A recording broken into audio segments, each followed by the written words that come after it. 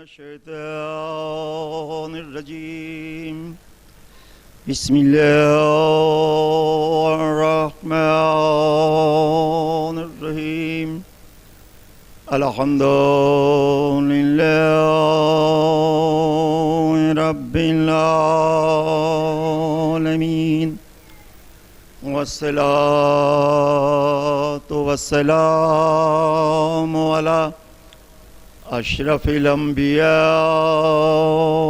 والمرسلین سیدنا و نبینا و شفیع ذنوبنا بالقاسم محمد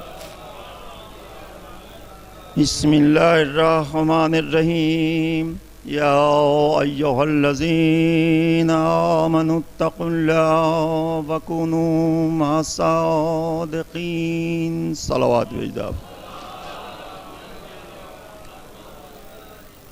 آوازہ سورہ فاتحہ اور سورہ اخلاص کی تلاوت فرما کر مرحوم سید اختر رضا مرحوم ابن ذوالفقار احمد مرحوم کی روح کو ایصال فرما دے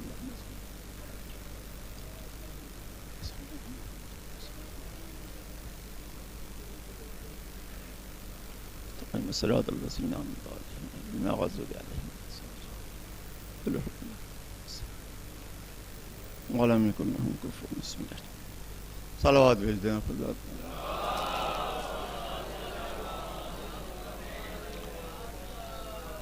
گرامی اس وقت آپ 40ویں کے سلسلے سے منعقد مجلس میں شرکت کر رہے ہیں۔ ظاہر ہے کہ ایک مرد مومن کے ایصال ثواب کی مجلس اور ساتھ ہی ساتھ ایک امام کی شب شہادت۔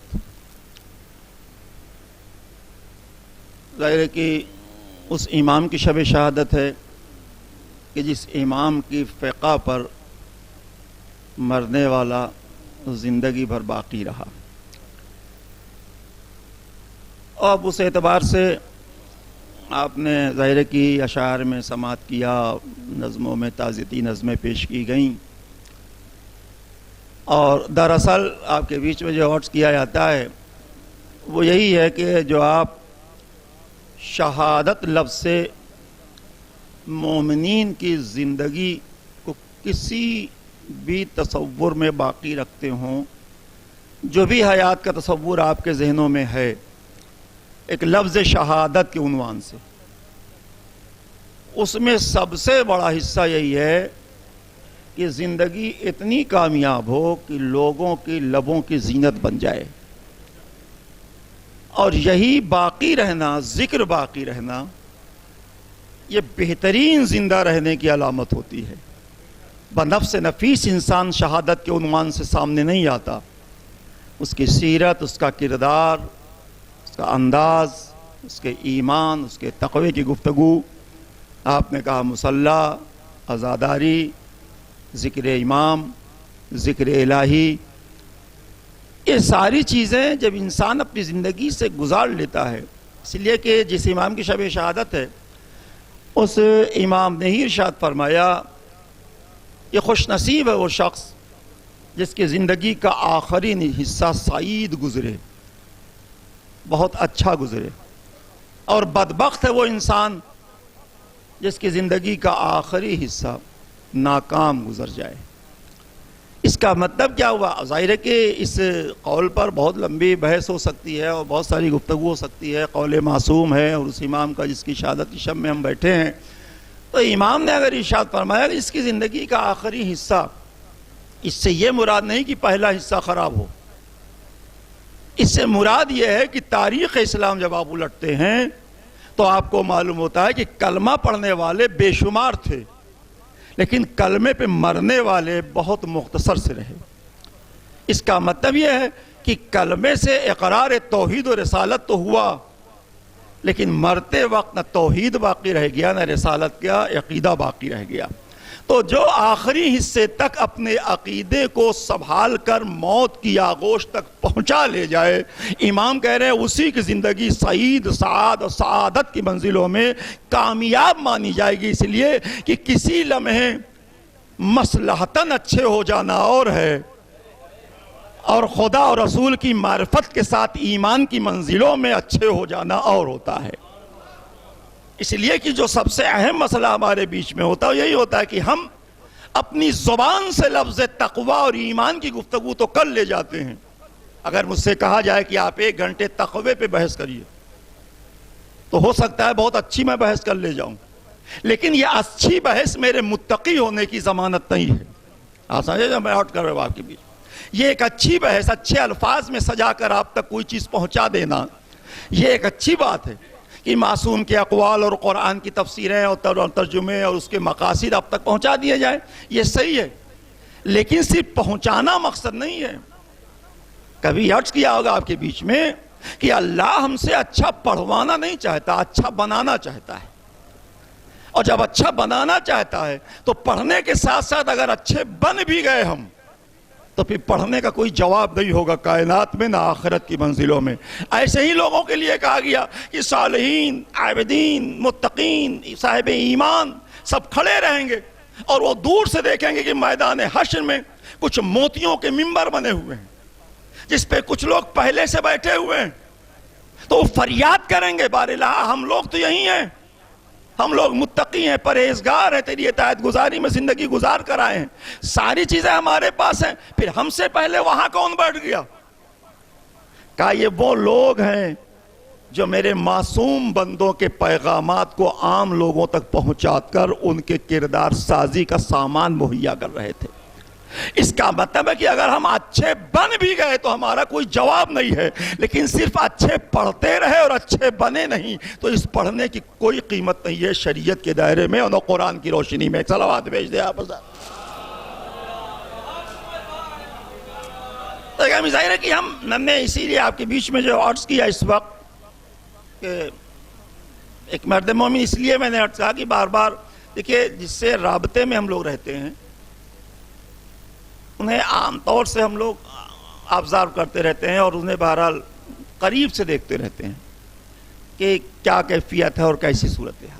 آپ اگر مرحوم کی خاموش تبلیغ کو نہیں جانتے تو ہم اتنا جانتے ہیں کہ انہوں نے صرف مدرسے میں معلم کے حق کو ادا نہیں کیا بلکہ مدرسے میں بیٹھ کر غیر شیعہ مسلموں سے مناظرے کی حدوں تک آپ نے گفتگو کی ہے۔ کتابوں کو لے جاتے، یہ کتاب دیکھیے اس میں یہ لکھا ہوا ہے، پھر ہم لوگوں کو آ کے بتاتے کہ میں نے آج فلاں سے بحث ہوئی تو یہ نکال کے ان کو دکھایا اور انہوں نے مانا کہ ہاں بھائی آپ صحیح کہہ رہے ہیں۔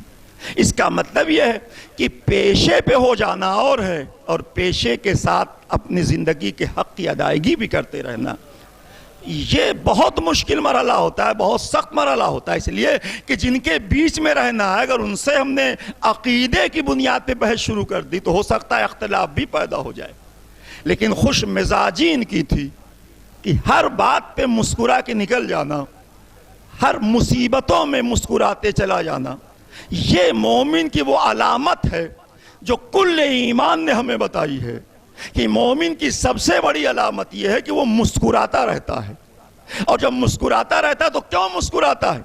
اس کی وجہ یہ ہے کہ مومن کی نگاہوں میں آخرت اتنی سنوری ہوئی ہوتی ہے کہ وہ اس سے خوش ہو کر ہر مرحلے میں مسکراتا ہے، لیکن غیر مومن اس لیے نہیں مسکرا پاتا کہ وہ آخرت کو اجاڑ کر دنیا کو سجانے میں لگا رہتا ہے، تو اب گھبرا جاتا ہے اس وقت جب اسے موت کا پیغام ملنے کے قریب لگنے لگتا ہے، تو اب اس کی گھبراہٹ آنے لگتی ہے کہ کیا کروں، کہاں جاؤں اور جا کے کیا کروں۔ بھائی اسی لیے امام نے کہا کامیاب ہے، سعید ہے اس کی زندگی جو آخری حصے تک اپنی حسین زندگی کو موت تک پہنچا لے جائے، اور جب پہنچا لے گیا تو یہی وہ موت ہے جس کے بعد پھر کوئی موت آنے والی نہیں ہے۔ صلوات بھیج دیں آپ حضرات۔ ظاہر ہے کہ آپ نے مرحوم کی بہت ساری خصوصیات سنی اور ظاہر ہے کہ سبھی لوگ جانتے ہیں، وطن کے رہنے والے آپ ہیں اور آپ بخوبی واقف ہوتے ہیں ایک دوسرے سے، اور غیر معصوم کے بنا پر ہم سے غلطیاں بھی ہو جاتی ہیں۔ یہ نہیں جانتے کہ ہم بہت بڑے مومن ہو گئے، ہم سے غلطیاں بھی انجانے میں ہو سکتی ہیں، اسی لیے تو ہم توبہ کیا کرتے ہیں، ہم مغفرت کی دعا کرتے ہیں، یہ ساری چیزیں ہمارے لیے اس لیے کہ ہم گناہگار بھی ہوتے ہیں۔ کسی نہ کسی منزل میں جا کر. تو آپ جانتے ہیں کہ جو اصل اسلام کا پیغام اور جو تقوی کی دعوت آپ کو دی گئی ہے صاحب ایمان کو، تقوی کی دعوت کسے دی جائے گی؟ ظاہر ہے کہ خدا کے خوف میں جینا. تو کون خدا کے، پہلے خدا کو مانتا ہو تب تو خدا کے خوف میں جیے گا. پہلے عقیدہ توحید تو مضبوط ہو اس کا. جو دیکھ رہا ہے ہمارے ہر اعمال کو، اگر ہم اسے دیکھنے والا مان رہے ہیں تب تو وہ دیکھ رہا ہے. اگر ہمارا یقینی نہیں ہے اس کی ذات پر، جبکہ آپ جانتے ہیں کہ وصول دین جو آپ کے بیچ میں، اس میں کسی عالم سے نہیں پوچھتا ہے کہ میں یہ مانوں کہ نہ مانوں. اس میں تقلید بھی نہیں کرنی ہے آپ کو کہ میں مانوں کہ نہ مانوں. یہ آپ کے اوپر ہے. پہلے فروع دین میں تقلید ہے، اور فروع دین میں علماء سے بات کریں گے آپ کی میں نماز کیسے پڑھوں، میں روزہ کیسے رکھوں، لیکن میں خدا کو کیسے مانوں یہ آپ کا اپنا فیصلہ ہوگا. اس پر آپ فیصلہ کریں گے. توحید، عدل، نبوت، امامت، قیامت، اس پر آپ فیصلہ کریں گے. اگر آپ کا دل رجوع ہو کہ ہاں خدا ایک ہے اور اس کی ذات کو ہم مانیں تو ہمیں ماننا ہے پہلے. اسی لیے اختیار ہے آپ کو وصول دین پر، اور جب وصول مان لیں گے تو فروع دین تو لازم ہو جائے گا. اس لیے کہ جب خدا کو مان لیا تو اس کے لیے سر جھکانے میں کیا قباحت ہے آپ کو. اگر خدا کو مان لیا تو اس کے قانون کے دائرے میں بھوکے رہنے میں کیا دشواری ہوگی آپ کو. لیکن سب سے پہلے آپ اسے مانے تو جس کے لیے فروع دین انجام پانے والا ہے. صلوات بھیجتے آپ. اسی لیے فلسفے میں جب توحید کا عقیدہ آتا ہے، توحید کا عقیدہ جو آتا ہے، آپ جب اس میں جاتے ہیں تو یہ آپ کے خود ذہن میں ہے عقیدہ توحید، آپ کے دل و دماغ میں بسا ہوا ہے، آپ کی فطرت میں ودیت ہے. یہ نہیں کہ کوئی الگ سے آپ کو دے دیا گیا ہے. جو آپ کے اندر اللہ نے علم رکھا ہے اسی علم کے دائرے میں وصول دین ہے، اس سے الگ نہیں ہے. آپ خدا کی تلاش، اگر خدا کو نہیں مانتے تو پھر یہ ایک پورا انسانی معاشرہ خدا کی تلاش میں بھٹکتا کیوں ہے؟ کیوں بار بار اس کو پوچھ رہا ہے، کیوں اسے ڈھونڈ رہا ہے؟ جس کے لیے فلسفے میں لکھا گیا ہے کہ بچپن میں بچے کو بڑے سے بڑا کھلونا دے دیجئے اور وہ کھیل رہا ہو، اور اس کے کھیلتے وقت آپ اپنی مٹھیوں کو بند کر لیجئے اس کے سامنے. تو جب مٹھیوں کو آپ بند کریں گے تو ہزاروں کا کھلونا چھوڑ کر آپ کی مٹھیوں کے کھولنے کی تلاش میں ہو جائے گا کہ میں اسے کھولوں کسی طرح. ارے کیا ہے بچے، اس میں کیا ہے، اتنا بڑا کھلونا ہے، اتنا مہنگا کھلونا ہے، کھیلو اسے. یہ بند مٹھی کی تلاش میں وہ لاشعور بچہ کیوں کھولنے لگا؟ اس لیے کہ اس کی فطرت میں ہے چھپے ہوئے کی تلاش کرنا. میں کر رہا ہوں اللہ نے اس کی فطرت میں رکھا ہے کہ جب کوئی چیز چھپی ہو تو اس کی تلاش کرو. چونکہ مٹھی میں بند کر لیا، آپ کو احساس ہو رہا ہے بچے کو کہ کچھ اس میں بند ہے، تو بند کی تلاش کرنا بچے کی فطرت میں ہے. اسی تلاش کو شعور کی منزل میں ہے تو توحید کہتے ہیں. خدا بھی چھپا ہوا، اس کی تلاش کرنا آپ کی فطرت کا تقاضا ہے. صلوات بھیجتے آپ.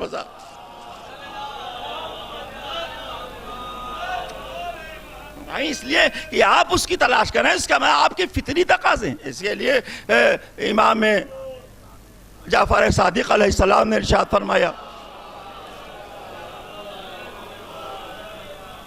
آپ ہی کے واقعے میں کہ دہریہ آیا آپ کے پاس، میں کوئی خدا نہیں مانتا. تو اس روایت کو دو طریقے سے پیش کیا. ایک پہلے امام جیسے واقعے کو نقل کیا گیا کہ چھٹے امام نے اس طرح سے کہا کہ وہ کشتی چلانے والا واقعہ، اور دوسرے واقعے میں لکھا گیا کہ امام نے کہا کہ کھجور کھا رہا تھا وہ خور میں، اس میں سے جو بیج نکلا، اس نے کہا میں خدا کچھ نہیں مانتا، یہ سب ہو جاتا ہے. تو امام نے کہا یہ بیج ہے، یہ پہلے آیا تھا کہ درخت؟ تو اس نے کہا کہ درخت. اب پھر درخت کیسے آیا بغیر بیج کے؟ کہا وہ اصل میں زمین کے اندر کچھ مادے ہیں بکھرے ہوئے، وہی جب سمٹ آتے ہیں تو سمٹ کر ایک درخت کی شکل اختیار کر لیتا ہے. کہا وہ مادے کس نے پیدا کر دیا، کون سمیٹ دیتا ہے اس مادے کو؟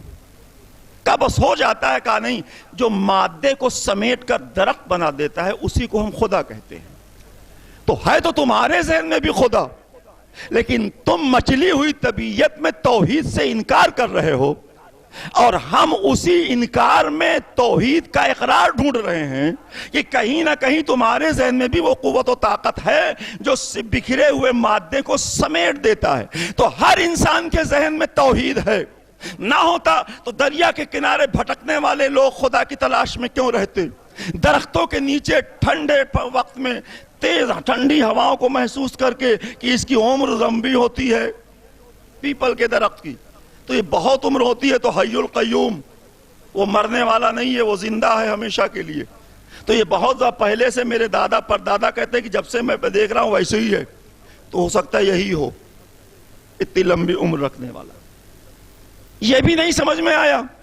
یہ تو کہیے بس ایک جملہ ہے جو میں عرض کر کے آگے بڑھ جاؤں کہ بھٹکتی ہوئی انسانی معاشرے کی تلاش رب یا تلاش خدا،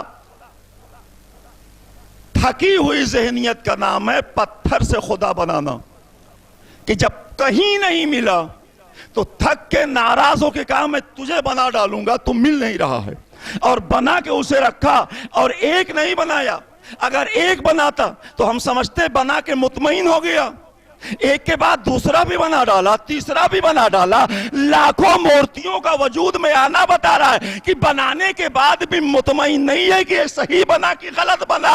بھائی اسی الجھے ہوئے ذہن کو جب توحید کے عقیدے میں لائیے گا تو ہم سے کوئی پوچھے کہ خدا کہاں ہے، کہاں ہے، کہاں دکھائی نہیں دیتا. اچھا دکھائی نہیں دیتا، ایک ہے، کہاں ایک ہے، وحدہ لا شریک ہے. ہمارے عقیدے میں کیوں نہیں آیا کہ کوئی اور کیوں نہیں ہو سکتا؟ اس لیے کہ مسلمانوں نے کلمہ پڑھنے کے بعد بھی پوچھا ہے. امام کی بارگاہ میں آنے والے نے کہا تھا نا کہ اگر اللہ علی کل شیء قدیر ہے، ہر شے پہ قادر ہے، تو کیا وہ دوسرا خدا نہیں بنا سکتا؟ دربار میں لوگ پریشان ہو گئے کہ یہ تو عجیب سوال ہے کہ کیوں نہیں بنا سکتا وہ، اور اگر نہیں بنا سکتا تو ہر شے پہ قادر نہیں ہے. اتنے میں الجھ گئے لوگ. امام کو بلایا گیا کہ امام تک پہنچایا جائے سوال. کہا کل آنا. امام آئے. کہا کیا ہے؟ کہا اس کا سوال عجیب و غریب ہے.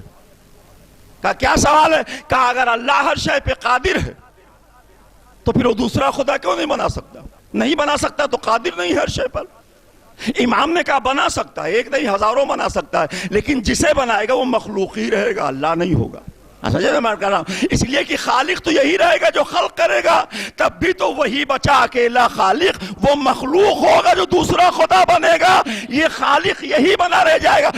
تب امام کے عقیدے میں آنے کے، امام کے سوال کے جواب کے بعد لوگوں نے، علماء نے سر پٹک مارا اپنا دیواروں پر. اتنا چھوٹا سوال کا جواب تھا، میں نہیں سمجھ پایا. جب اہل بیت سے دور ہو کر توحید و رسالت کا عقیدہ ہوتا ہے تو کہیں اللہ کرسی پہ بیٹھا ہوتا ہے، رسول اپنے جیسا ہو جاتا ہے. صلوات بھیج دے آپ.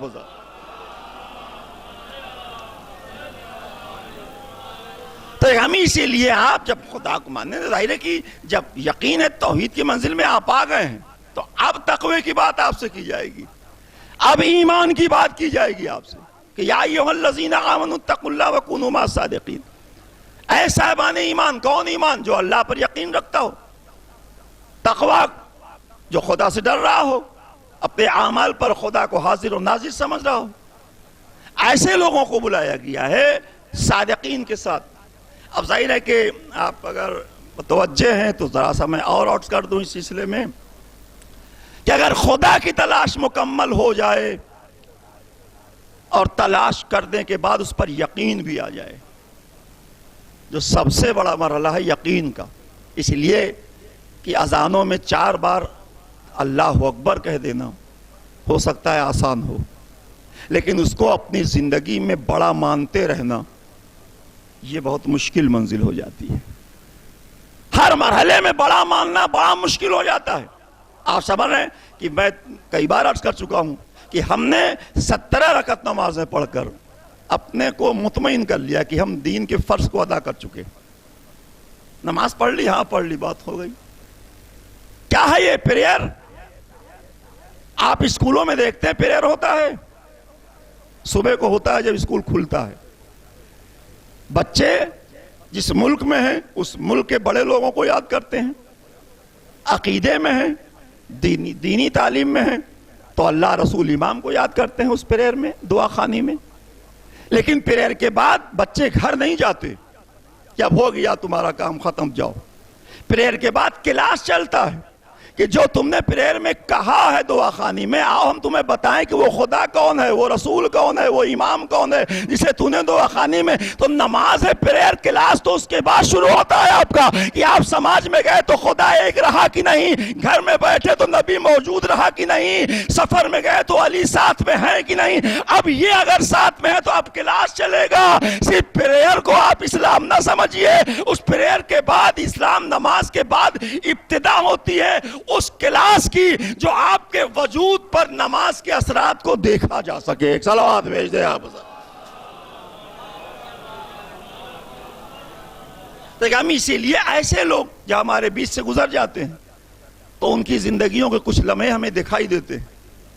ورنہ اگر آپ نے ملاقات کی مرحوم سے، کبھی کی ہوگی، اگر میں تو کئی بار آیا تو کوئی بات نہ کر کے طبیعت کیسی ہے اور کیا ہے، سیدھے امام نے اس بارے میں کچھ کہا. بھی کورونا والے معاملے میں کہنے لگے کہیں کچھ ہے تذکرہ کسی کتاب میں اس آفت اور اس بلائیات کا؟ ہم نے کہا ہم نے نہیں دیکھا. مطلب یہ کہنے کا نہیں ہے، مقصد یہ ہے کہ آدمی آدمی سے ملے. تو امام نے کہا کیا؟ پھر چڑھے امام ہی نے کہا ہے کہ میرا بہترین چاہنے والا وہ ہے کہ جب آپس میں ملے تو میری حدیثوں کو نقل کرے، اس کے سامنے میری بات کرے، میری گفتگو کرے. اس لیے کہ چٹے امام نے، ان کے 4000 شاگرد تھے، اس میں کچھ نام مشہور ہیں، مطلب کیمسٹری کے سلسلے سے جابر ابن حیان کا، کہ وہ کیمسٹری کے وہ موجد ہے یا کیا، وہ شاگرد تھے امام کے. 4000 شاگرد رہے اور سب کو علم دینے کے بعد کہا تم لوگ بکھر جاؤ، گھوڑے لو، سوار ہو، چلے جاؤ کہیں. کیا کرو؟ موقع جا کے یہ پیغام جو تمہیں علم دیا گیا اسے پھیلاؤ، اسے لوگوں تک پہنچاؤ. اس کا مطلب کیا ہوا کہ علم کا جو امام نے مقصد بتایا وہ یہ بتایا کہ علم حاصل کر کے بڑے عالم بن کے گھر میں نہیں بیٹھنا ہے. اگر عالم بنے ہو تو علم کو پھیلانا ہے تمہیں، اور اپنی کوششوں سے پھیلانا ہے، اپنے ذرائع سے پھیلانا ہے. اور جب پھیلاؤ گے تب مقصد علم مکمل ہوگا. یہ امام ششم کا وہ پیغام جو آج کی شب میں آپ تک پہنچاؤں کہ علم کا پا جانا بڑی بات نہیں، یہ علم کو پھیلا لے جانا یہ بڑی بات ہوتی ہے. صلوات بھیج دیں آپ. تو یہ صادقین کے ساتھ چلنے کی بات قرآن کر رہا ہے، صادقین کے ساتھ چلنے کی. اور ایک صادق امام کے سلسلے میں میں نے کہا کہ برس اس لیے کہ اس سے بہتر اور کیا ایصال ثواب ہو کہ امام کے چاہنے والے کی ایصال ثواب کی مجلس امام کی شب شہادت میں منعقد ہو گئی ہے. اس سے بہتر اور کیا ہو سکتا ہے کہ امام کا ذکر ہو اور پھر مومن کا بھی دل شاد ہو کہ میرے ایصال ثواب میں میرے امام کا تذکرہ ہوا. جس امام کا تذکرہ پہلے کی تاریخ ہی پہ صرف زیادہ تر ہوتا ہے، عام طور سے تو ہوتا نہیں. تو جب آپ امام کے واقعات کو، ظاہر ہے کہ آپ کے بیچ میں صادقین کے ساتھ چل بہت، میں جو بار بار تمہید میں عرض کر چکا ہوں، جو اب اس کو آپ سمجھ لیجئے ذرا سا کہ کتنا مشکل ہے جب تک مذہب ہماری زندگی کا حصہ نہیں بنتا تب تک مذہب زبان تک تو مانا جا سکتا ہے، آپ کے دل و دماغ میں نہیں اتر پایا ہے. یہ آپ کہہ کے نہیں ہٹ سکتے کہ وہ سب بعد میں ہوگا، پہلے یہ ہو جانے دیجئے. نہیں، اگر ہو جانے دیجئے تو پھر کیا ضرورت ہے آپ کو اقرار کرنے کی، ولایت کی اور رسالت کی اور توحید کی؟ پھر آپ وہی سب کریے جو آپ کو کرنا ہے. ہماری سمتیں بالکل الٹی ہو گئی ہیں. اگر مذہب کی فکر مغرب جا رہی ہے تو ہم مکمل معاشرے کے ساتھ مشرق کی طرف جا رہے ہیں. اور یہی دشواری ہے ہندوستان اور پاکستان اور تمام جگہوں پر کہ ہم نے اسلام تو لیا مکہ اور مدینے سے، لیکن ہندوستان کے کلچر کو ساتھ رکھا، دونوں ایک ساتھ چلے. اسلام بھی چلا، یہاں کی تہذیب بھی چلی، اور جب یہاں کی تہذیب چلتی رہی تو یہاں کی تہذیب سے اسلام کے بیچ میں بڑی دوری تھی. تو وہی تہذیب اسلامی ہو گئی جو ہماری ہندوستانی کی تہذیب تھی، اور جب وہی اسلامی ہو گئی تو ہم نے اسی کو مذہب مان لیا. اور جب اسے مذہب مان لیا تو مذہب کی فکر کہیں چلی گئی، ہماری تہذیبیں کہیں اور لے کے ہمیں جانے لگی. تو یہ جو تضاد پیدا ہوا، اسی بنا پر اسلام بدنام بھی ہوا کہ یہی مسلمان ہیں، یہی اللہ کے ماننے والے لوگ ہیں جو اس طرح سے کرتے ہیں. ہمیں شکایت کیوں ہوتی ہے ہم مجلس پڑھیں، ہم سے آپ کو شکایت کیوں ہو رہی ہے؟ اس لیے کہ ہم امام والے نہیں بن پاتے۔ آپ نماز پڑھنے والوں سے شکایت کیوں ہو رہی ہے؟ اس لیے کہ وہ نماز تو پڑھتے ہیں لیکن نمازی نہیں بن پاتے۔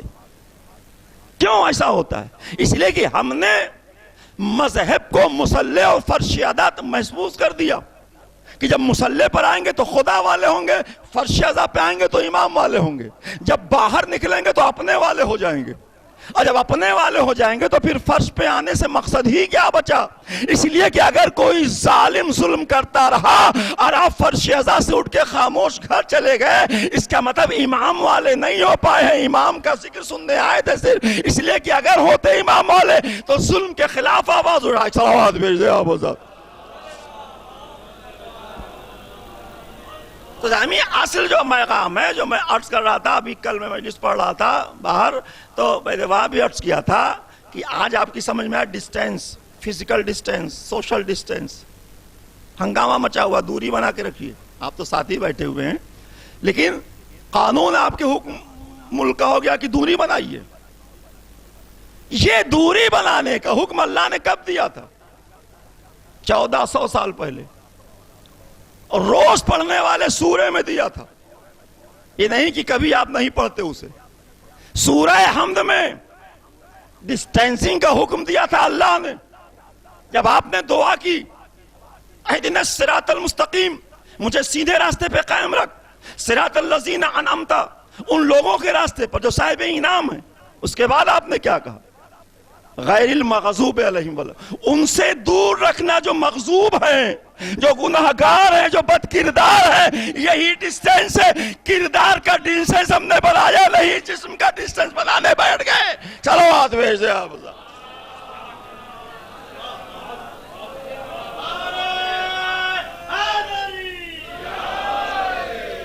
امی آپ سمجھیں کہ اللہ نے روحانی مرض نہ آنے پائے تم میں۔ ڈسٹینس رکھو، وہ گناہگار ہے، بد کردار ہے، بد اعمال ہے، دور رہو ورنہ وائرس آ جائے گا تمہارے اندر۔ تب ہماری سمجھ میں نہیں آیا، جب جسمانی طور پہ ہمیں وائرس کا ڈر ہوا تو ہم نے چہرے بند کیے، ناک بند کیے، منہ بند کیے، اور جب شروع ہوا تھا لاک ڈاؤن تو میں نے یہی کہا تھا کہ اتنا بدترین کام دنیا والوں نے کیا ہے کہ کوئی منہ دکھانے کے قابل نہیں بچا۔ جب میری پہلی تنقید تھی اس معاملے میں، سب باندھ کے کوئی پہچان ہی نہیں جا رہا تھا کہ کون ہے یہ، تو ہم نے کہا اتنا بدترین کام کیا ہے ان لوگوں نے۔ اس لیے کہ ہمیں سزا مل رہی ہے ظلم کو سن کر خاموش رہنے پر، ظالم کو سزا مل رہی ہے ظلم کرنے کی۔ سزا تو سب کو ملے گی، ہم خاموشی کے مجرم ہیں، وہ ظلم کرنے کے مجرم ہیں۔ تو یہ نہ کہیے کہ بلا آئی ہے تو سب پر کیوں آئی، مومن پہ مومن پہلے دکھائیے ہے کون، ہو ہی نہیں سکتا۔ اس لیے کہ یہی احساس پیدا کرنا چاہتا ہے مذہب حق آپ کے اندر کہ جب تمہیں کوئی مارے تب چیخے تو کیا چیخے، دوسرا مار کھائے اور آپ کو لگے مجھے مارا جا رہا ہے۔ اسی احساس کو بیدار کرنے کی حکمت الہیہ کو اسلام اور شریعت الہیہ کہتے ہیں کہ جب دوسرے پہ ظلم ہونے لگے اس ظلم کو اپنے اوپر محسوس کر کے تم اس ظلم کے خلاف آواز اٹھاؤ۔ ہم جب اپنے اوپر کچھ گزرتی ہے تب ہم کرتے ہیں، دوسرے کے ساتھ ہوتا ہے اور پھر دوسرا احساس آپ خود محسوس، اس تجربے کی بات میں کر رہا ہوں کہ جب ظلم دیکھتا ہوں تو لگتا تو ہے یہ ظلم کر رہا ہے، لیکن وہی جب میں کرتا ہوں تب مجھے نہیں لگتا کہ میں ظلم کر رہا ہوں۔ یہ کیسے ہو جاتا ہے؟ اس لیے کہ ہم نے پیغامات ائمہ طاہرین کو فراموش کیا، ہم نے ان تمام ہدایات کو چھوڑ دیا جس ہدایات کے راستے سے اللہ ہمیں ان بندوں کے ذریعے ایک اچھا انسان بنانا چاہتا تھا کہ دیکھ کے لگے کہ متقی ہے، دیکھ کے لگے کہ صاحب ایمان ہے۔ اور یہی وجہ ہے کہ ضرورت اس بات کی تھی، آپ جو چھٹے امام کا تذکرہ کر رہے ہیں تو آپ جانتے ہیں کہ آپ کے لیے جو کتابیں لکھی گئی ہیں، سپرمین ان اسلام کا سپرمین، علم کی بنیاد پر، وہ بھی غیر شیعہ حضرات کے وہاں لکھی گئی ہے، یہ نہیں کہ آپ کے وہاں لکھی گئی ہے۔ آپ کے وہاں سپرمین کیوں لکھا جاتا؟ آپ کے وہاں تو اپنے عقیدے سے لکھا جاتا۔ غیروں نے لکھا سپرمین ان کے علم کو دیکھ کر۔ اس کا مطلب کیا ہوا کہ اللہ نے بھی یہی حکمت رکھی تھی کہ اگر تجھے میری تلاش ہے تو میری تلاش مکمل تب ہوگی جب تمہیں سپرمین مل جائے گا۔ اور انسان کے زندگی کے خلقت کا فلسفہ یہ ہے کہ جو چیز وجود میں آتی وہ پہلے سوچتا ہے. میں سوچ رہا تھا، سوچنے والوں نے سوچا کہ میری آواز دور تک سنائی دیتی، اس کے بعد مائک آیا ہے. میں دور تک دکھائی دیتا، اس کے بعد یہ کیمرے آئے ہیں. تو آپ کے اندر جو علم اللہ نے رکھا ہے، اسی علم کو تصور میں لا کر جب صاحب علم اس پر کوشش کرتے ہیں تو وہ وجود میں شے آ جاتی ہے.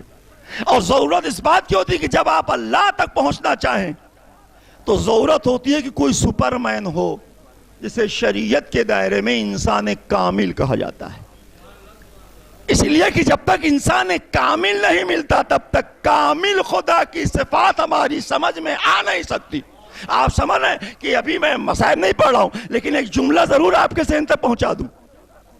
خدا کے اس توحید کی تقرار میں ایک جملہ امام حسین اسلام کا، اور وہ جملہ کیا ہے؟ امام نے کیا کہا تھا؟ دیکھیے، تنگ حالات میں تھے، گھٹن میں تھے، سارے اصحاب کے ساتھ، بچوں کے ساتھ، بڑی مشکل منزل تھی کربلا کی 3 دن کی. لیکن یہ نہیں کہا کہ جب گھٹن میں ہو، سانس ڈوبنے لگے تو مجھے یاد کرنا. نہیں، جب پانی پینا تو مجھے یاد کرنا. آپ اندازہ لگائے، حکمت دیکھیے معصوم کے بیان کی. ہم کہہ دیتے ہیں کہ بھئی مجھے بند کر دیا گیا، بڑی گھٹن ہو رہی تھی، جب کبھی ایسی گھٹن محسوس کرنا کہیں تو مجھے یاد کر لینا میں نے کیسے گزارا وہ دن. امام نے کہا نہیں، سانس لینے دینے میں مجھے یاد نہ کرنا، پانی پینا تو یاد کرنا. انسان کی پہلی ضرورت کا نام ہے ہوا. اگر ہوا نہ ہو تو انسان مر جائے. اس کی دوسری ضرورت کا نام ہے پانی. امام نے جب پیغام دیا، پہلی ضرورت اپنے کو نہیں بنایا، اس لیے پہلی ضرورت ہے اللہ، جو سانس کے رابطہ ہواؤں کے بیچ میں آپ کو محسوس ہو سکتا ہے. دوسری ضرورت بنایا معصوم نے اپنی ذات کو کہ جب پانی پینا، اس لیے کہ ہوا دکھائی نہیں دیتی، پانی دکھائی دیتا ہے، خدا دکھائی نہیں دیتا، ہم دکھائی دیتے ہیں. تو جو پیغام بھیجنے میں بھی اتنی حکمت رکھے کہ توحید و عصمت کو دوری بنا کے ہمارے بیچ میں پیش کر رہا ہے. صلوات بھیج دیں آپ.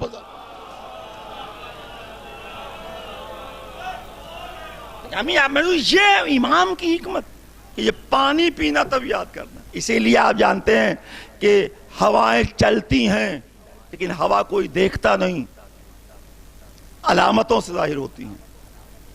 اگر گھر میں کھوٹیوں پہ ٹگے ہوئے لباس ہلنے لگے تو آپ نے کہا کہ ہوا چل رہی ہے. تو لباس ہلا ہے، ہوا کیا چلی ہے؟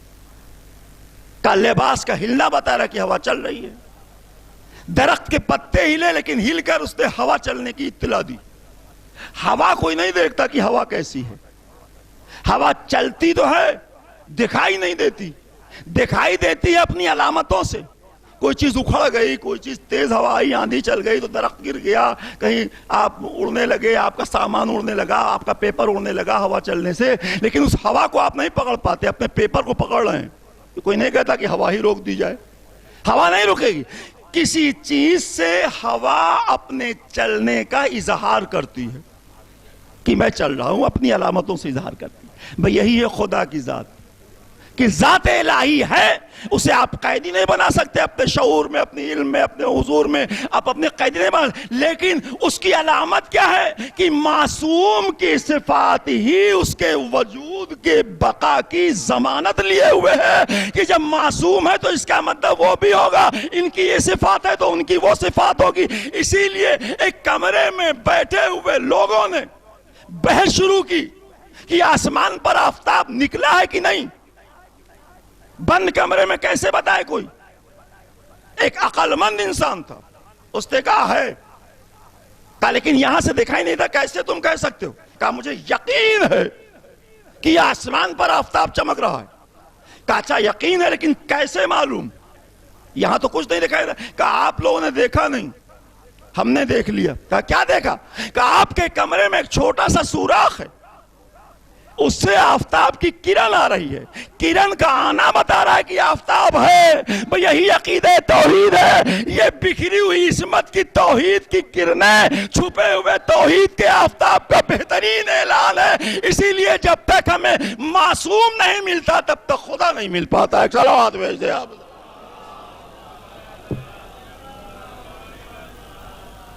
طریقہ میں یہ ہمارے عقیدے میں تقوی اور ایسے صادقین کے ساتھ چلنا کہ جس پہ آپ خود آپ پر یقین کی منزلوں میں داخل ہو پائے. جب آپ ذات الہی پہ بحث کرتے تو میں اس وقت کر چکا بحث, زیادہ وقت بھی لینا مقصد نہیں رہتا آج کے حالات میں, اس لیے میں اب قریب آ جاؤں گفتگو. یہ معصوم, ان کے ساتھ چلنا ہے. پھر چھڑے امام کے قریب آ جاؤں کہ آپ وہ مشہور واقعہ سنتے ہیں امام کا کہ ایک شخص آیا, مولا قیام کریے. آپ کے 4000 شاگرد اور آپ کے جد کے کربلا میں 72 سپاہی, تو آپ کے پاس تو بہت ہیں, پھر آپ قیام کریے, ہم لوگ آپ کا ساتھ دیں گے. تب امام نے کہا تھا کہ وہ تنور جل رہا ہے اسی میں چلے جاؤ. کہا مولا لیکن گھر بتا کے نہیں آیا ہوں اور وہ سب مسئلہ ہے. اسی میں ہارون مکی آ گئے, سامان سنبھالے, گردارود, لباس, نالین ہاتھ میں لیے ہوئے, سلام, جواب سلام. ہارون تنور میں چلے جاؤ. سامان رکھ دیا, یہ بھی نہیں پوچھا مولا ابھی آیا ہوں, ذرا سا جاؤں گا لیکن ذرا سا. اگر ایسا کہہ دیں تو پھر ایمان اور تقوی کر جھلیاں اڑ جائے, پھر وہ باقی نہ رہ جائے, مجروح ہو جائے اطاعت معصوم. جیسے کہا ہارون مکی اتر گئے جلتے ہوئے تنور میں. کہیں کہیں ہے کہ ڈھکن باہر سے بند کیا گیا, کہیں ہے کہ خود اندر داخل ہو کے کھسکایا ڈھکن کو, بند کر لیا. ہو گئی بات تمام. اب اس نے کہنا شروع کیا مولا اتنا اچھا آپ کا چاہنے والا, آپ نے اسے اس طرح سے تنور میں حکم دے دیا اور وہ بھی چلے گئے. کہا تم کہہ رہے تھے نا کہ میرے جد کے پاس 72 تھے, ہمارے پاس 4000 ہیں. یہی 4000 ہیں, اسی میں تم بھی تو ہو. اگر اس 72 میں سے 20 مجھے مل جائے ہارون مکی کی شکل میں تو میں قیام کر لیتا, لیکن مجھے تمہارے شاگردوں پہ اپنے یقین نہیں ہے. مولا پھر وہ اٹھ کے دیکھ رہا تھا, اچھل اچھل کے کہ دھواں نکل رہا ہے, کچھ مہک وہک آ رہی ہے کہ نہیں جسم کے جلنے کی. کہا کیا پریشان ہو, کیوں پسینے میں ڈوبے جا رہے ہو؟ کہا مولا اب کیا بتائے, وہ آپ ہارون مکی بہرحال ہمارے ساتھ پہ بیٹھنے والا اور ساتھیوں میں. کہا ہوا کیا؟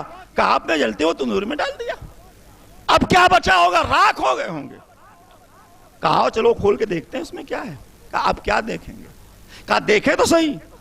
ہٹایا ڈھکن, سر جھکائے ہوئے خاموش, تسبیح الہی میں مصروف یہ بندہ.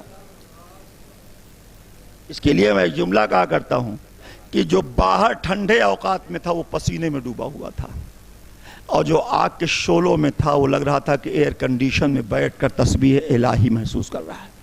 کہا مولا یہ تو بچ گیا. کہا پھر کیا سمجھے, حکم معصوم کی پابندی تمہیں ہمیشہ عزت دیتی ہے. اب یہی فرق ہوتا ہے, کل جب آگ گلزار ہوئی تھی حضرت ابراہیم کے لیے تو خلت کا معیار تھا, آج جو آگ گلزار ہوئی ہے چھٹے امام کے وہاں تنور میں, یہ ولایت کا اقرار اور ولایت کا معیار ہے. یہاں تک منزل پہنچ گئی اور امام نے مڑ کے کہا میری جب نمرود کی آگ, یہ جملہ امام نے کہا جب نمرود کی آگ ابراہیم کو نہ جلا پائی تو میری آگ ہارون مکی کو کیا جلا پائے گی. صلوات بھیجتے آپ حضرات.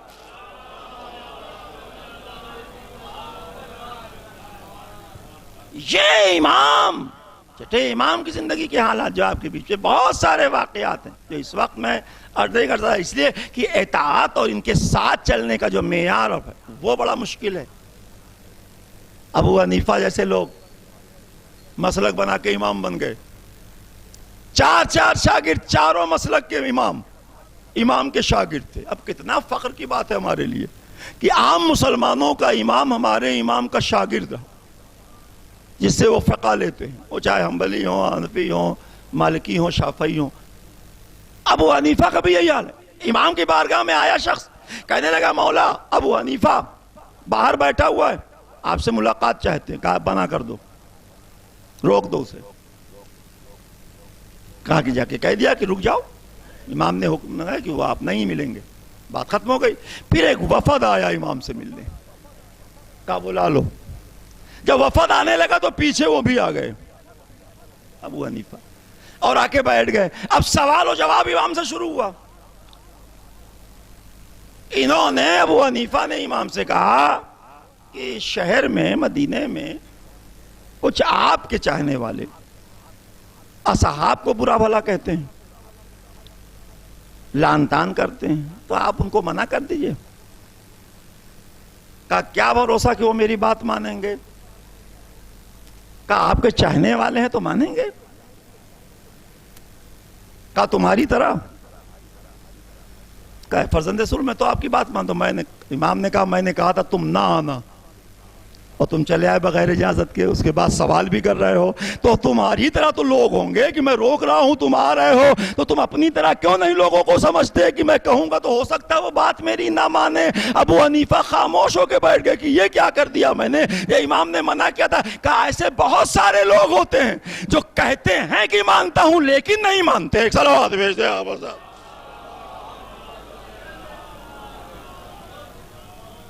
میں نے بات کو قریب رکھا اور ختم کے گفتگو میں قریب آ رہا ہوں. یہ امام اور جتنے بھی واقعات آپ کے بیچ میں امام کے ہیں وہ کبھی انشاءاللہ اس وقت کی میں نے عرض کیا کہ ایک مرد مومن کے اصال ثواب کی مجلس, اور ظاہر ہے کہ وہ تمام فرائض کی ادائیگی کر کے دنیا سے جانے والا, اور جس نے بھائی کی امداد اور اپنے عزیزوں کی امداد اور تمام لوگوں کے اپنی وسعتوں کے دائرے میں جہاں تک ممکن ہو سکا کوشش کی اور کر کے دکھایا اور کیا بھی. یہ ہیں امام کے ماننے والے کسی حد تک کہ جو اپنے فرض کو یاد کر کے زندگی گزارتے ہیں. اس لیے اپنے لیے جی لینا تو ہر ایک کا مسئلہ ہے, کوئی بہت بڑی بات نہیں ہے.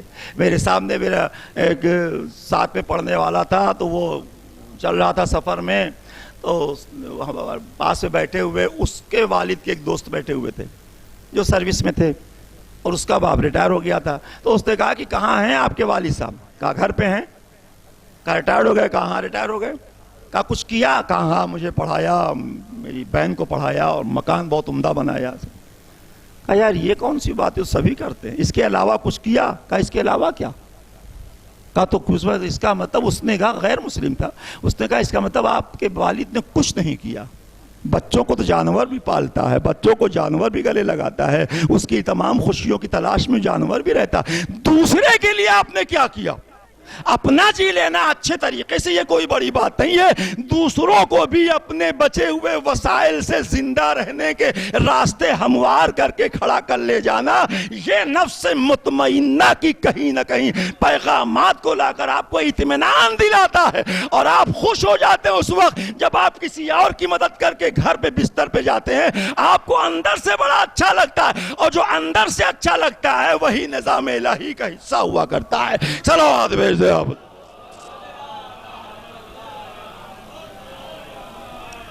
مثال ہے کہ امام نے, آپ کے چھٹے امام نے مدرسے کھولے, تعلیمات بہت ساری تعلیم کے وسائل مہیا کیے, قرآن کی حفاظت اور شریعت کی حفاظت اور دنیاوی معاملات اور حالات, بہت سارے واقعات میں عرض نہیں کر سکتا, بہت زیادہ وقت ہو جائے گا اس سلسلے میں, لیکن بس اتنا سا کہ یہ ہے چھٹے امام. ظاہر ہے کہ امام ششم کے سلسلے میں آپ جانتے ہیں کہ آپ کی ولادت 83 ہجری میں ہوئی,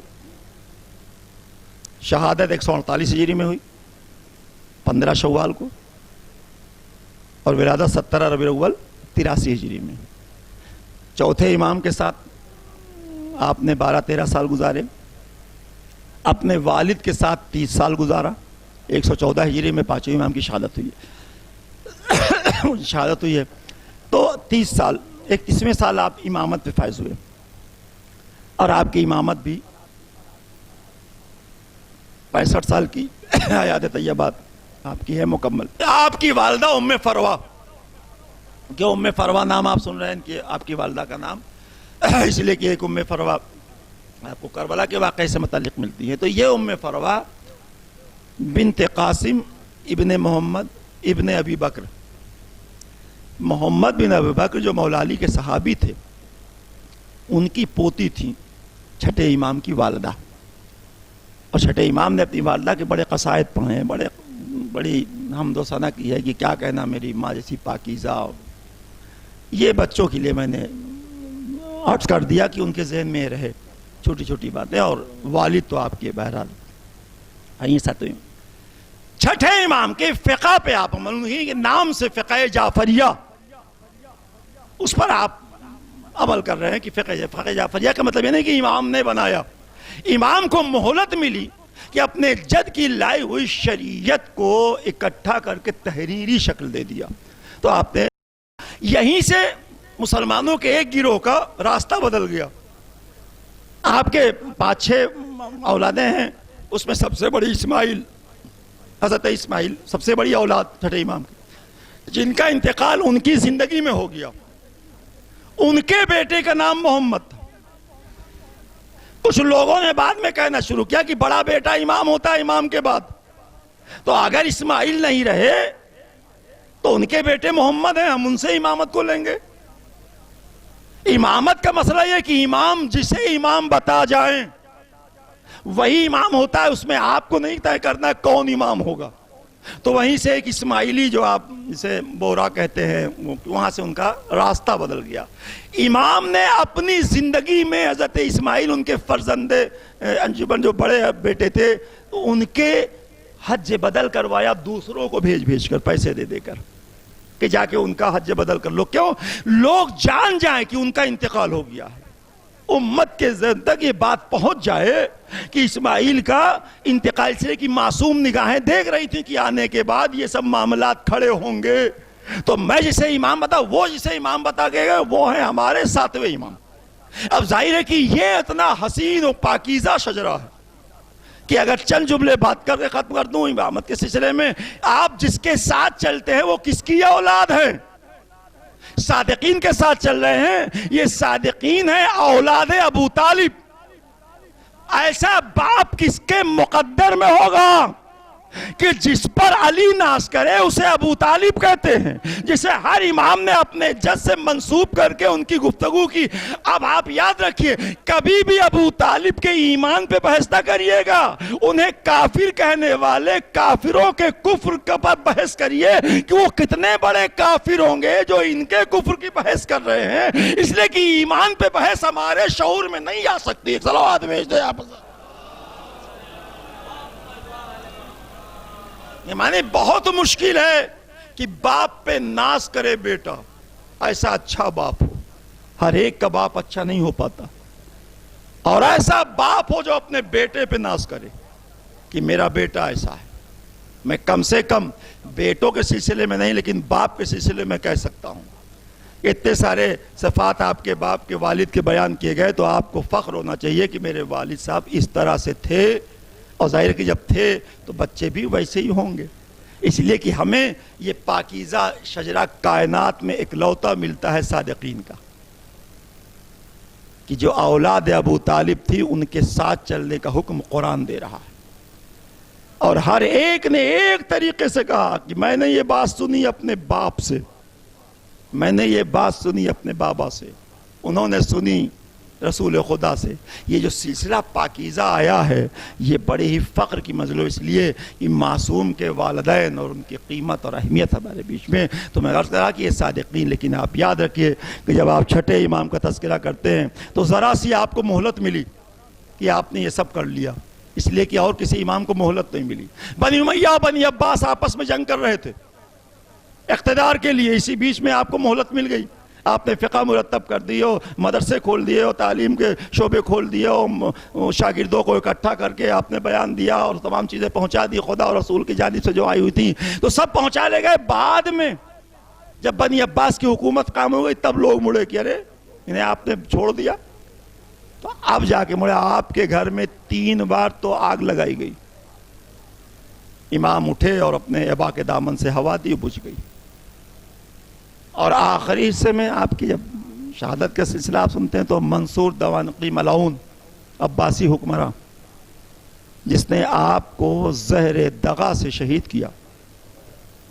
اور آپ یاد رکھیے کہ یہ اتفاق ہے کہ آپ کی شہادت کا دن جو لکھا گیا ہے 15 شوال 148 ہجری دوشنبہ, اور اس سال دوشنبہ ہی کو آپ کی شہادت 15 شوال ہے. کل جو ہے دن وہ دوشنبہ دن بھی وہی ہے، تاریخ بھی وہی ہے، اور ہم امام کے سوگوار ہیں۔ اپنے باپ کے سوگوار ہونے کے ساتھ ساتھ، اس لیے کہ میں مانتا ہوں کہ باپ کا سایہ اٹھ جانا بچوں کے لیے اذیت کا باعث ہے، بیٹیوں کے لیے تڑپ کا سبب ہے، اعزاء و اقربا کے لیے اذیت کا باعث ہوتا ہے۔ ایک بزرگ تھے گھر میں، اب نہیں ہیں، ہمارے والد تھے گھر میں، آتے تھے تو کہاں ہے فلاں، کیوں نہیں آئے ابھی، کہاں چلے گئے، یہ آواز دینے والا اب اس گھر میں نہیں ملے گا کہ جو مجھے بلائے گا، جو مجھ سے پوچھے گا، جو مجھ سے سوال و جواب کرے گا، جو میری ہدایت کرے گا، جو میری اصلاح کرے گا، جو مجھے سمجھائے گا، جو اپنے تجربے کے سائے میں ہماری زندگی کی رفتار کو تیز کرے گا۔ ظاہر ہے کہ وہ بزرگ کی آواز اب خاموش ہو گئی ہے تو گھر والوں کے لیے اذیت کا باعث ہے۔ باپ روئے گا بیٹے کے لیے، بیٹی تڑپے گی باپ کے لیے، بہن روئے گی بھائی کے لیے، بھائی روئے گا تو یہ ایک طریقہ ہے ہمارے بیچ میں، ایک تڑپ ہے۔ لیکن جب آج آپ ساتویں امام کو روتے ہوئے دیکھیں گے کہ میرا ایک مظلوم امام موسیٰ کاظم علیہ السلام، جن کے باپ کو زہر دغا سے شہید کر دیا گیا، اور میرے ساتویں امام نے اپنے بابا کی کس طرح سے غسل و کفن کا انتظام کیا۔ آپ کا جنازہ اٹھا، کثیر تعداد میں لوگ تھے۔ عزادارو، جب بھی کوئی بیٹا، معصوم بیٹا اپنے معصوم باپ کا جنازہ اٹھاتا ہے تو جس معصوم کا جنازہ اٹھتا ہے وہ بھی تڑپ جاتا ہے، اور جو معصوم اٹھاتا ہے اسے دیکھ کر میرا چوتھا امام تڑپ جاتا ہے کہ کم سے کم تم نے اپنے باپ کا جنازہ تو اٹھا لیا نا۔ ساتویں امام نے اپنے باپ کو غسل و کفن دے دیا، لوگوں کے ساتھ نماز جنازہ پڑھ لی اور لے جا کے سپرد خاک کیا جنت البقیع میں اجڑی ہوئی قبر میں۔ چھٹویں امام کی بھی اجڑی ہوئی قبر ہے، اپنی جدہ کے ساتھ وہ بھی اجڑی قبر میں آج ہے، تو جنت البقیع میں ساتویں امام نے اپنے بابا کو غسل و کفن دے کے دفن کر دیا۔ اگر بچوں سے پوچھا جائے تو بڑے اہتمام سے آپ نے اپنے قبرستان میں اپنے والد کو سپرد خاک کر دیا، لیکن کبھی اس بیٹے کی طرح مڑ کر دیکھا ہوگا کہ میرا مظلوم امام، میرا بیمار امام، میرا اسیر امام، میرا قیدی امام،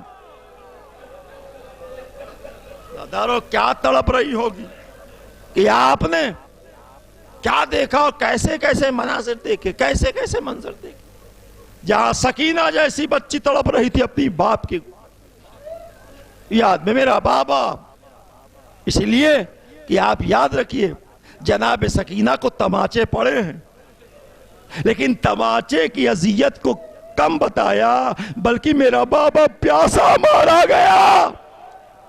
اس اذیت کو پیاسی بچی نے محسوس کیا، لیکن وہ خود پیاسی ہے بچی، اور اسے یہ احساس کہ میرا بابا مارا گیا، میرا بابا۔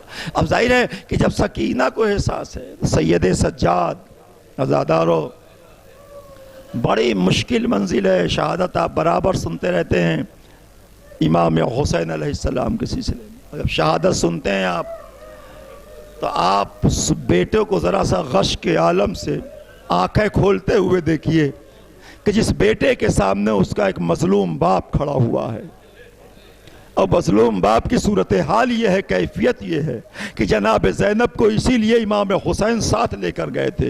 اے بہن زینب آؤ، میں اپنے بیٹے سے رخصت ہو لوں، اس لیے کہ میرا بیٹا جب پوچھے گا کہ کہاں ہے میرا بابا تو آپ میرا بازو پکڑ کے بتانا یہ کھڑا تیرا بابا۔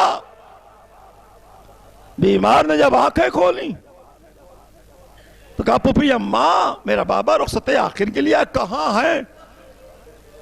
اب اس سے زیادہ مظلومی امام حسین اور کیا ہو سکتی کہ صبح کو غش میں گیا ہوا بیٹا اگر عصر کے وقت آنکھیں کھول کے دیکھے تو باپ کو پہچان نہ پائے۔ کہاں ہے میرا بابا؟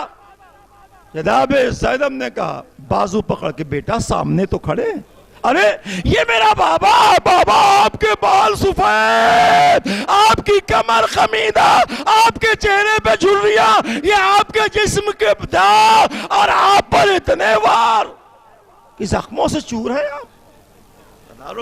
ظاہر ہے کہ مصائب کا ایک پہاڑ تھا جو زہرا کے لال نے کربلا کی سرزمین پر اٹھا لیا، اسی لیے اکثر روایتیں میں نے اپنی آنکھوں سے تو نہیں دیکھی کتاب میں، لیکن علماء سے میں نے سنی کہ جب امام حسین علیہ السلام علی اکبر کی آواز پہ چلے ہیں تو آپ کے سر کے بال سیاہ تھے، لیکن جب لاشے کو کھینچتے ہوئے لائے ہیں تو آپ کے بال سفید ہو گئے تھے۔ یا میں ظاہر ہے کہ ہو سکتا ہے ایسا ہوا ہو، اس لیے کہ مصیبت اور مصائب میں انسان ضعیف و ناتواں ہو جاتا۔ یہ میرا امام رخصت آخر کے لیے اپنے بیٹے کے سامنے کھڑے ہے کسی بیٹے میں یہ تو کہ وہ رک سکے؟ امام نے کہا پھوپھی اماں میرا نیزہ لائیے۔ کہا کیا کرو گے؟ کہا میرا بابا تنہا ہو اور میں لیٹا رہا ہوں، یہ کیسے ممکن؟ امام نے کہا بیٹا تیرا جہاد بڑا عظیم ہے، تیرا جہاد بڑا مشکل ہے، بیٹا تم مجھے اجازت دو، میں جا رہا ہوں، بس میرے چاہنے والوں کو میرا سلام کہہ دینا اور کہنا شرط محبت ہے کہ جب وہ پانی پئیں تو میری پیاس کو یاد کر لے۔ پیاسا امام پیاس کا پیغام دے کر خیمے سے جب نکلے تو بیبیاں تڑپ رہی تھی، سکینہ دامن پکڑے ہوئے، اے بابا آج کے بعد کس کے سینے پہ سکینہ سوئی؟ بس ارباب عزا آپ کی آوازیں بلند ہوئیں، آپ نے گریہ کیا اور اسی گریہ کے گرتے ہوئے آنسوؤں کا ثواب مرحوم تک پہنچانا کہ ایک مولا کا عزادار اس دنیا سے رخصت ہوا، ایک اللہ کا عبادت گزار اس دنیا سے رخصت ہوا، ایک فرائض کی ادائیگی کرنے والا مرد مومن اس دنیا سے رخصت ہوا۔ تو ان کی یاد میں بس معصوم کے چند جملے اور بات تمام کرو کہ امام آئے خیمے سے نکل کر، گھوڑے پہ سوار ہوئے۔ کیسے سوار ہوئے بھائی تیز سن لیجئے۔ جناب زینب سر پہ چادر ڈال کے چند قدم نکلی، گھوڑا لگا ہوا خیمے کے قریب۔ بہن تم کہاں؟ بازو پکڑا، کہا بہن کیا ارادہ؟ کہا بھیا میں آپ کو سوار کر دوں۔ میرا نیز نے کہا فقط سوار کیا تھا بہن نے بھائی کو۔ امام حسین آپ جانتے ہیں کہ علی اکبر بازو پکڑ کے سوار کرتے تھے اور حضرت عباس رکاب میں پیر ڈالتے تھے۔ یہ شان تھی امام حسین کے گھوڑے پہ سوار ہونے کی۔ آج نہ علی اکبر ہے نہ عباس ہے، جناب زینب نے علی اکبر کی جگہ پوری کر دی، بازو پکڑا اور روتے ہوئے امام حسین ہائے ایسا وقت آ جائے کہ میری بہن مجھے گھوڑے پہ سوار کرے۔ ابھی سوار کر کے رو ہی رہے تھے، جیسے ہی رکاب کی طرف پیر اٹھایا ویسے خیمے کے پردے سے دو ہاتھ نکلے، رکاب میں پیر ڈالا، امام نے مڑ کے دیکھا کون؟ کہا بیوہ عباس، آقا غلام کی خدمت گزاری میں اگر عباس نہیں تو میں موجود۔ وہی میرا امام روتے ہوئے مقتل میں اس طرح قتل ہوئے کہ زمین کربلا ہلنے لگی، بیمار امام تڑپا۔ اے بابا آپ کا کٹا ہوا سر، السلام علیکہ یا ابا عبداللہ۔ اے پھوپھی اماں میرا بابا مارا گیا، آپ بن بھائی کی ہو گئی، میری سکینہ یتیم ہوئی، میرے سر سے باپ کا سایہ۔ الا لعنت اللہ علی قوم الظالمین، انا للہ وانا الیہ راجعون، رضا بقضاء و تسلیما لامرہ۔ حضرات ایک بار پھر سورہ فاتحہ اختر رضا مرحوم ابن ذوالفقار احمد مرحوم کو ایصال فرمائیں۔